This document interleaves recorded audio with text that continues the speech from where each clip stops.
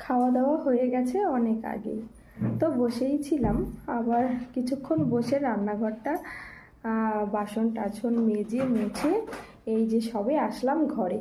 এখনও বিছানা ঠিক করিনি, আসলাম এই যে সোনার ঘরে। আর অনেক দিন বলতে এই 28 দিন মতো স্কুল ছুটি ছিল, তারপরে 2 দিন হয়েছে আবার ছুটি পড়ে গেছে বোর্ড এক্সামের জন্য। সোনাদের 4 দিন ছুটি করেছিল, তো কাল সকাল থেকে স্কুল।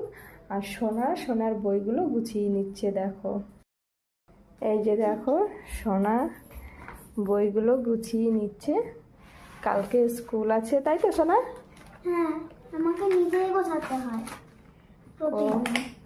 ও এই যে রুটিন দেখে ও গুছিয়ে নিচ্ছে বইগুলো, কালকে স্কুল আছে তাই। তো চলো আজকের মতো গুড নাইট, আবার পরে দেখা হবে অন্য কোনো ভিডিওতে। টাটা।